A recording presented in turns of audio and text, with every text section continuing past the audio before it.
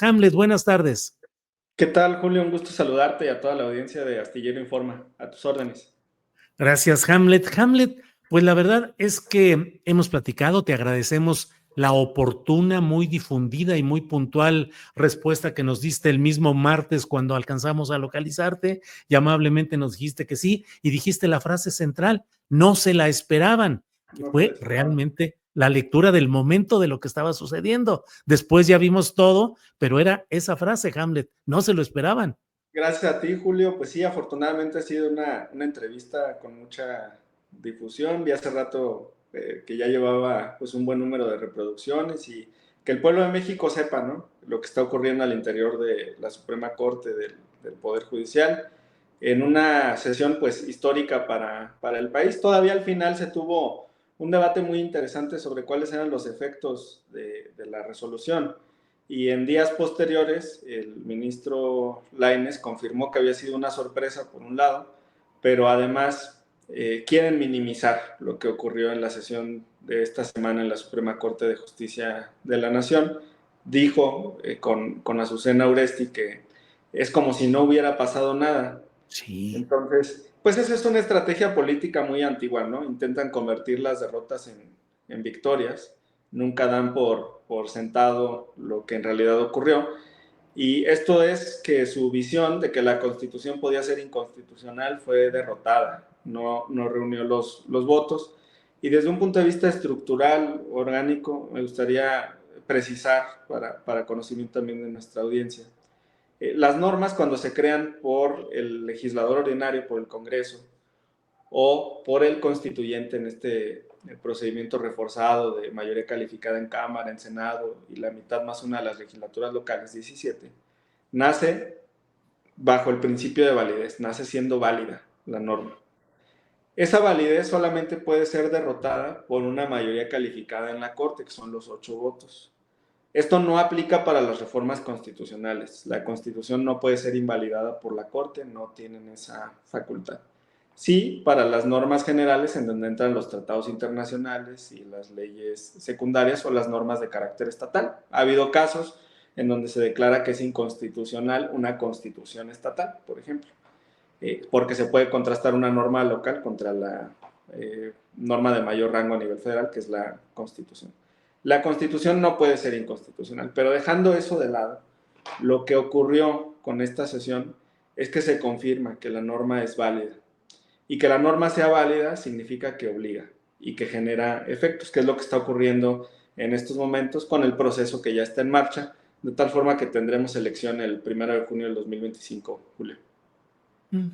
Hamlet, ahora, ¿qué sigue? ¿Qué sigue y particularmente cómo viene ya el proceso de evaluación y selección de las candidaturas en el Poder Judicial de la Federación? Porque se ha ganado, pues, el, el consolidar la reforma judicial, el evitar cualquier tipo de mutilación o acotación o aprobación parcial como se pretendía, pero ahora viene lo otro, lo procesal, y a veces dicen que el diablo está en los detalles, y aquí viene ya lo que implicará por quién votar. ¿Cómo va todo este proceso, por favor, Hamlet? Sí, es un gran término consolidarte. Acabo de mandar con producción, disculpa, te lo acabo de enviar hace apenas unos minutos, un Sí. calendario que no es propio, lo difundió la consejera jurídica de la presidencia, Ernestina Godoy. Me parece que lo divulgó cuando todavía estaba en funciones de senadora de la República, pero da mucha claridad a la audiencia. Mira, estamos en el proceso ya de las inscripciones que corren del 4 de noviembre al 24 de noviembre.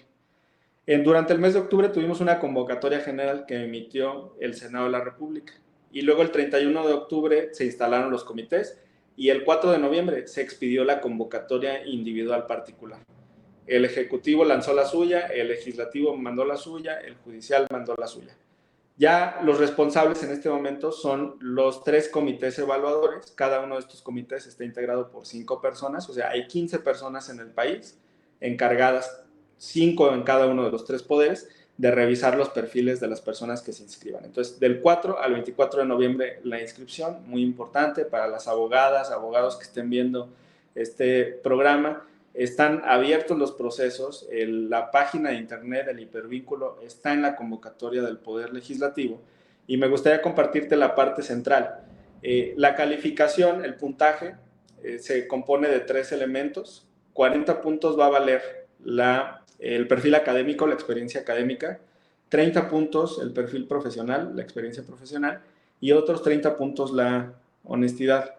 De tal forma que si hay alguien que tenga, por ejemplo, grado de doctorado o maestría, evidentemente tendría un puntaje más alto en ese rubro. Si hay una persona que tenga experiencia de profesional de 5 o 10 años, tendrá también más puntajes en ese apartado. Y en la cuestión de honestidad, pues es un requisito ciertamente negativo, en el sentido de que no hay que probarla, más bien se acompañará de estas cartas de los vecinos, de los conocidos, de referencias, y se contrastará también que no sean deudores alimentarios, que no estén sancionados por violencia política de género, que no tengan tampoco sanciones disciplinarias. En el caso de que se hayan desempeñado en el sector público, pues tú sabes que hay un registro nacional de servidores públicos sancionados.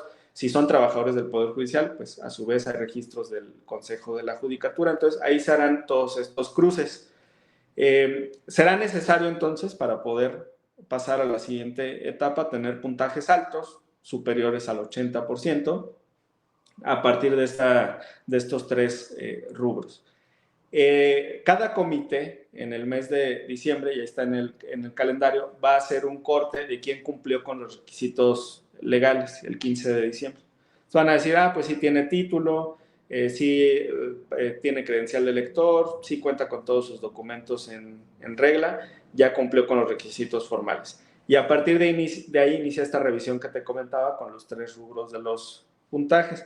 Irán perfilando a los semifinalistas, y en el caso de ser necesario, en el caso de que sobren perfiles muy buenos para un cargo, es cuando vendrá la eventual insaculación, que está en la segunda diapositiva. Ahí está, mira. Están las entrevistas en enero. El 4 de febrero ya determinan esta parte de los listados. En su caso, el 5 de febrero es la insaculación, ¿no? Digamos que sobran lugares, que hay 10 abogadas y abogados extraordinarios para un cargo de juez, entonces ahí se tendría que hacer una insaculación.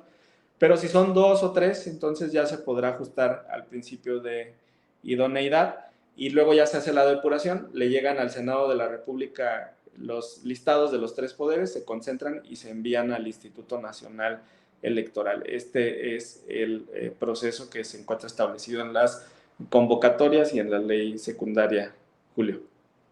Oye, Hamlet, la verdad es que viniendo de un proceso tan conflictuado, tan competido, con tanto intento incluso de marrullerías, simplemente lo menciono de pasada, lo de los 6 votos en lugar de 8, pregunto, en este proceso donde habrá 3 comités de evaluación, representantes de sendos poderes de nuestro país, ¿qué riesgos hay de que no se pongan de acuerdo, de que haya choques, de que haya mayoriteos? ¿Qué puede suceder en esa 5 del Poder Judicial, 5 del Legislativo y 5 del Ejecutivo?